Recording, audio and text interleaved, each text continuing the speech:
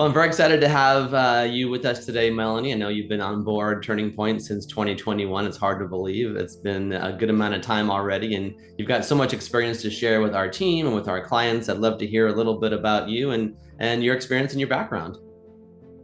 Yeah, my name is Melanie Strauss, and I joined Turning Point in 2021. My favorite part about Turning Point is really the people. They truly care and have the desire to do great things, and I loved every day here so far. I grew up in Germany and I moved to the US in 2006. I married, I have 3 kids, and I spend my free time with my kids on the soccer fields. And I also like to travel and show them the world.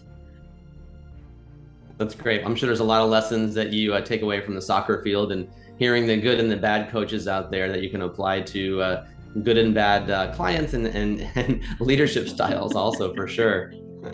That's right. Good behavior and bad behavior. So what are you seeing out there in the marketplace as far as any trends go around hiring or particular challenges that our clients are having right now? DEY is definitely becoming more and more important these days.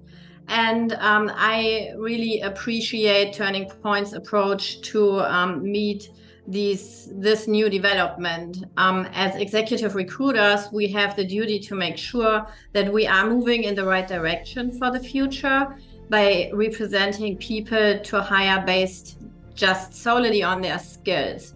And our goal at Turning Point is to present at least 40% of diverse candidates. And of course, the final decision is made by the client.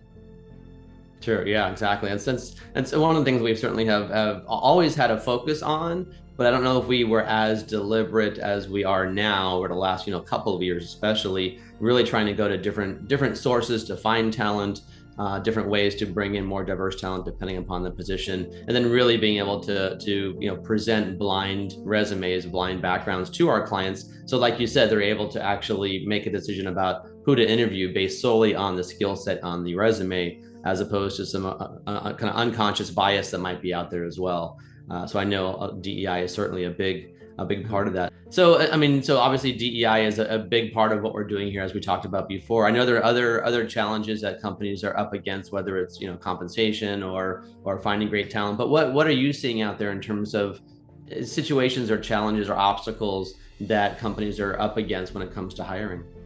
Yeah, sometimes the clients don't or are not sure when the best time it is to hire. And there is definitely advantages for hiring in Q4, but also in Q1. For example, if you decide to hire in Q4, you could use your remaining budget. You get onboarding done before the new year starts, and you are not fighting for competition, as it is usually a pretty slow time.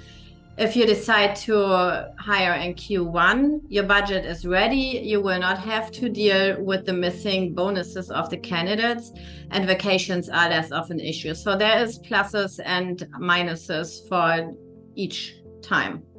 Yeah, that's a good point. Definitely. Yeah, it's just everybody always asks me, well, don't things slow down in terms of hiring in Q4? And I say, actually, no. It's the companies that don't slow down, that continue their regular pace during Q4. Those are the ones that get the best talent, right? Because other companies, are slowing down, and so you can be, it's especially in a more competitive talent market, you can really kind of get a leg up on your competition if you continue your hiring process throughout Q4. And especially given the level of roles that we work on, the middle and upper level positions, it takes a good 1 to 2 quarters for these senior folks to get fully ramped up anyway.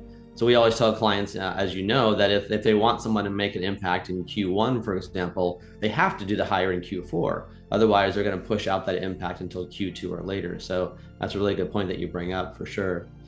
So I know that you've obviously worked in different search firms, not just ours, but also with a German-based firm. What differences do you see between hiring in the US versus maybe some of the experience that you had hiring overseas? One of the biggest differences and also challenges is definitely the time of placing the candidates. And with that being said, is I have to my experience is that the European companies are taking it sometimes slower. That means that they are slowing also down the process. One of my biggest selling points for Turning Point was the speed of placing candidates, valuable candidates. Right now, our average placement time is 61 days from kickoff call to start date. But to be able to do that, I mean, first of all, you have to have your processes in place and the talent on your team to do it. And secondly, you have to have the engagement and support of the client and also the candidates to keep things moving. And this, like I said, sometimes is a little bit slower on the European side than on the US side. But this is also a reason why I love to work with European clients, because I like to build the bridge between the cultures and also to educate them that the market in the US is working differently than in Europe.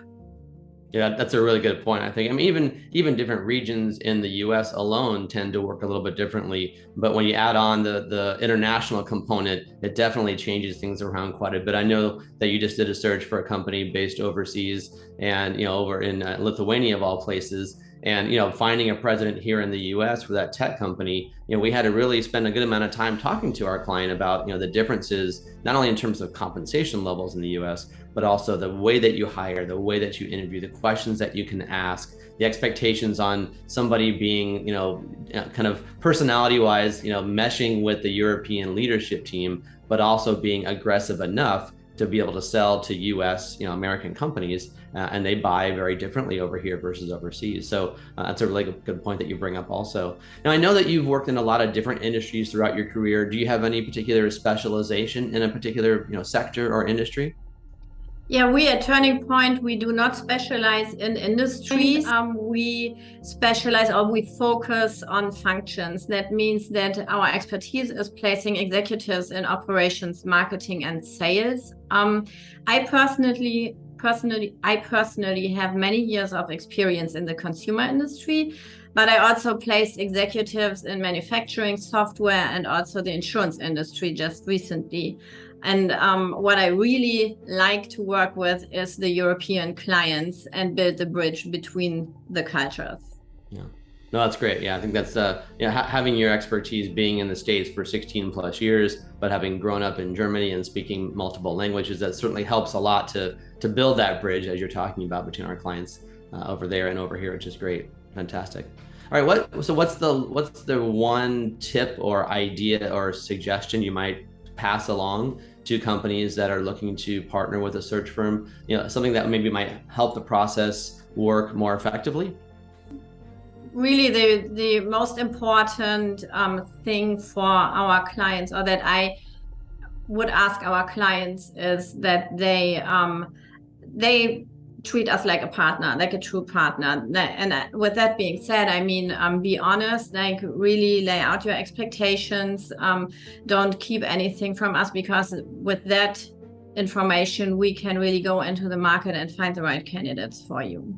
Yeah, that's a great point. Yeah, it comes back to trust, right? I think, they have to trust us that we have their best interest at heart and that we're going to find the best talent out there. And then we have to trust them. They're going to give us all the information that we need to go out there and tell a compelling story. That's super important. I agree. So yeah, that communication piece and trusting the process is really important. Right. Well, we're very happy to have you on board here. We look forward to many, many more years of you working with our clients and supporting us. Thank you.